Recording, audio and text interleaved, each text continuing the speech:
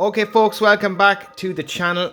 This video is going to focus on handheld gameplay specifically, but what I do want to do before I actually get into that first is I do want to showcase what you actually get with the Switch 2 and my overall thoughts on some of the improvements, I suppose, from the Switch 1 that I see, I suppose, in its early days of use. Okay, so let's focus on the Switch 2 first specifically.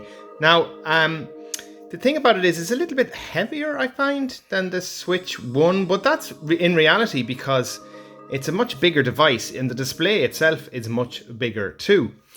What I really like straight away is how the joycons are managed. This little clip here basically takes them off, and then it's just so yeah, it just works so cleanly.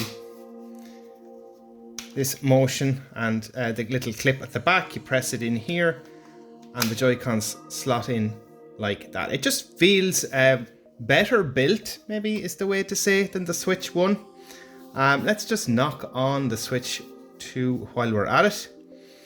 And maybe just some additional points here.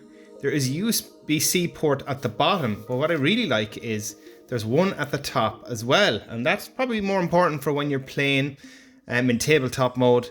And if you can always remember, you could never really put a cable when you were playing in tabletop mode because you had to do it underneath it and you end up bending cables and stuff like that. So that was pretty annoying, to be honest.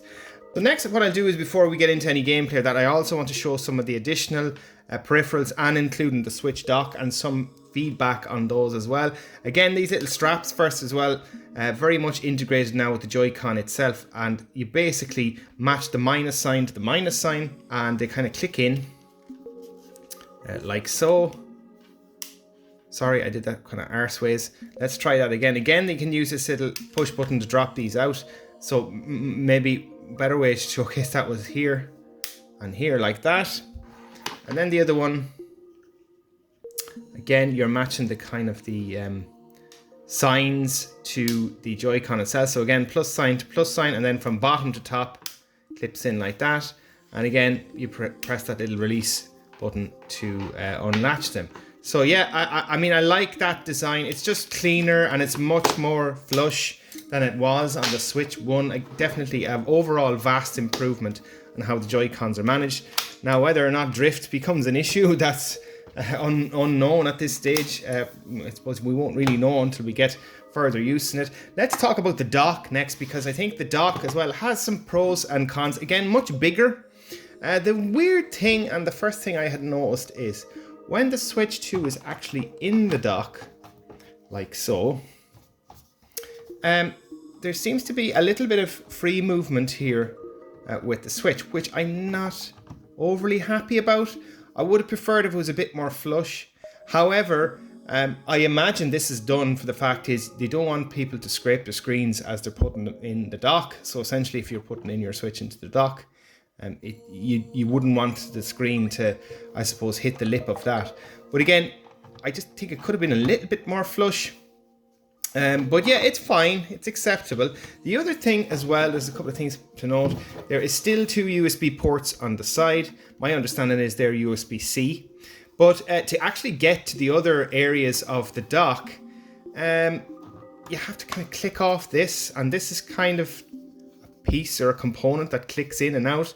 Again, maybe I would have preferred if it was actually interconnected here and it didn't come off or come loose.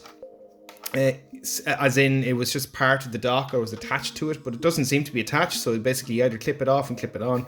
Just a point to note, just in case you ever lose it.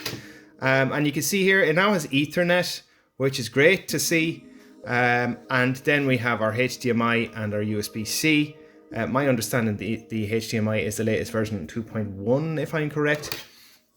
And probably the higher version of USB-C connectivity for speed. And other than that, really, the dock is very similar to as it was on the Switch 1. And the other only thing that I can think of as well is you get a USB cable with it. You get a HDMI cable with the Switch 2. What I did like is the Nintendo plug now is USB-C to C, essentially, and it's no longer USB-B, I think, to C. which is grand because I have tons of these cables that I can utilize with this plug essentially. So just a little added benefit that I can use this for other devices that need USB-C as well. And I suppose if you lose your Nintendo cable, you more than likely have a ton of these USB-C cables lying around your house. So that's kind of a small little bonus. The last little thing to showcase on the controller itself is the slot for this Switch 2 adapter. Again, much more flush. You can see that there. Just literally goes in like a magnet. Way better than the Switch 1.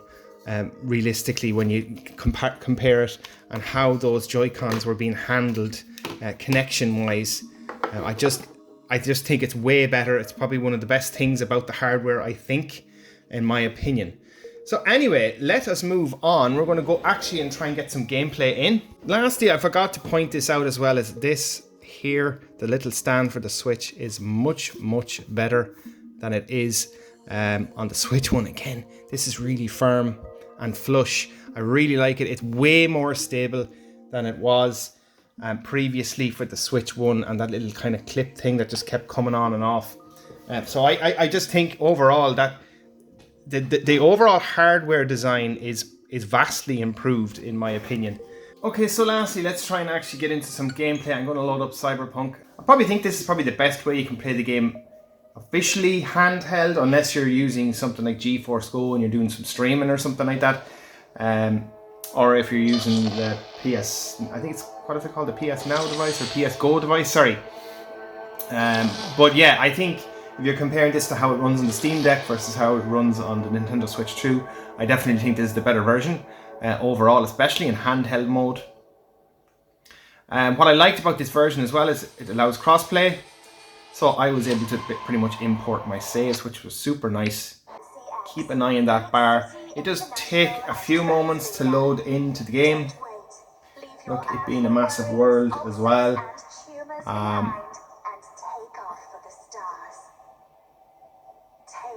But this is a reminder as well, as I'm playing this off the cart. What's really nice about the cart edition as well is that the entire game is on the disc. That's the loading done. We're in game. So let me see. Can I sneak into this area here? Just get into a bit of a battle really quick. Yeah, let's just get straight into the action here.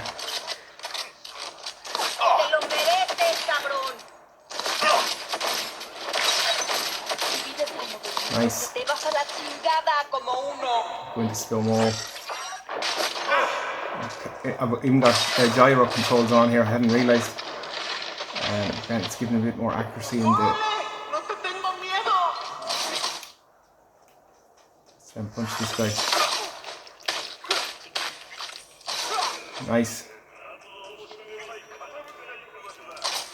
Okay, let's get into some maybe car combat. Oh, by the way, before I do that, I should go through to some settings as well. These are the graphics settings I have on by default. Sorry, just go to graphics here. So those basic ones, plus I've left all of those on. You can adjust them as you see fit. And I set both modes to performance mode, and it is using HDR10 on the screen. But yeah, I like that idea of 1080p, 720p at 40 FPS. Just that additional 10 FPS just makes a difference. I think people keep forgetting as well, this game is quite demanding on any hardware really. So let me see, let me call my car. Which one will we get? Oh, I like this VTEC one, let's get this one. And let's do a bit of driving around just to see. Yeah, again, it's hard to explain unless you see it in front of you really, but I do think it's really nice looking version to play in handheld in particular. I'm really looking forward to playing this game again, I suppose, on my travels. Underneath those two cars, maybe I should go to the other side of the road. I was trying to stay in the sunlight there as well. But yeah, I am looking forward to giving this another shot. Again, I think probably the third time for me to play through the game. The last time I played through it was with the Phantom Liberty DLC, which is also included in this cart, which is great. yeah, as I say, I do think this is gorgeous. Again, the camera off camera doesn't do it massive justice, but I would recommend the mode to play in handheld and even in docked mode is to play performance mode, and leave the graphics to default, I suppose. Anyway, folks, that was my overall hardware review of the Nintendo Switch 2. I will be sharing more and more videos in the coming weeks and months ahead as the console really ramps up. Hopefully this has helped folks get a better insight into the new hardware. Let me know down in the chat if you intend on getting a Switch, if you've just picked one up today, if you've got problems with it, let's get chatting down below. And if you're new to the channel, please consider supporting my work by liking and subscribing. I'll see you in the next one, folks. Thanks for watching.